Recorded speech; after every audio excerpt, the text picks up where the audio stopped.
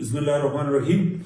آج میں نے ایک ویڈیو پیغام دیا ہے جس میں لوگوں نے کچھ کنفیوژن کریٹ کی ہے۔ میں یہ بات بتانا چاہتا ہوں کہ ورکرز نے بڑی قربانی دی ہے،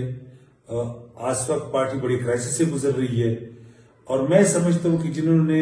کئی حلقوں کے اوپر قبضہ کیا ہوا ہے یا جو کمپیٹنٹ نہیں ہے اور حلقوں کے اوپر ان کی جانبداری ہے، تو میں سمجھتا ہوں کہ پی ٹی آئی کے منشور کے مطابق موروثی سیاست کے خاتمے کے لیے یہ ضروری ہے کہ بندہ اپنے آپ سے سٹارٹ لے۔ میں پالیٹکس میں ہوں، میں پی ٹی آئی کے ساتھ ہوں، لیکن میں چاہتا ہوں کہ ورکرز کو موقع ملے، یوتھ کو موقع ملے، اور یہ کسی کی اجارہ داری نہ ہو